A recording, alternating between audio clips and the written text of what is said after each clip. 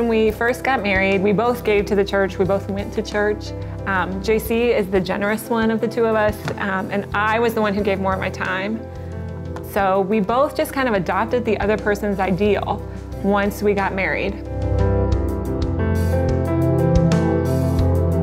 Our real shift in giving came a few years ago when the pastors were talking about Cambodia and giving to Cambodia, and they encouraged us to pray, to see if we could reach outside of our box, outside of our comfort zone, and give to Cambodia.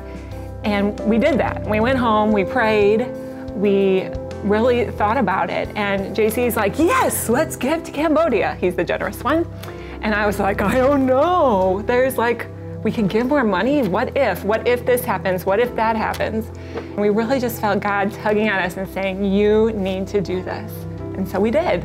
Yeah, and then I guess that's the thing when the unexpected happened. You know, we kind of pledged this amount, and then going forward, then all of a sudden, you know, at work I got a raise that happened to be for the exact amount that we were pledging. And it was at an unexpected time during the year. Yeah. It's not like it was raise time. You know, so you reach out, and then things that you don't think that, but then God's like, I got your back. I'm here to take care of you. Pastor Dion, it was in July, and when he first introduced 1-1-15-6, how are you going to live the 6 days serving others? And it was a 2-week sermon series, and we went home and we prayed about it. And there were 3 things that I felt like God was asking us to do. The first one was to get JC on a mission trip because he'd never been on one before. The second one was that my neighbors needed loving, and so I started inviting all the women in my neighborhood over for lunch monthly. And the third was to be foster parents. And obviously we started with the easy one. We sent JC on a mission trip when I had a 6-week-old baby and 2 other children. And the second one was to invite the women over, which I did. I monthly had these women over into my home, and we enjoyed a meal together. And the last one was that we felt like God was calling us to be foster parents.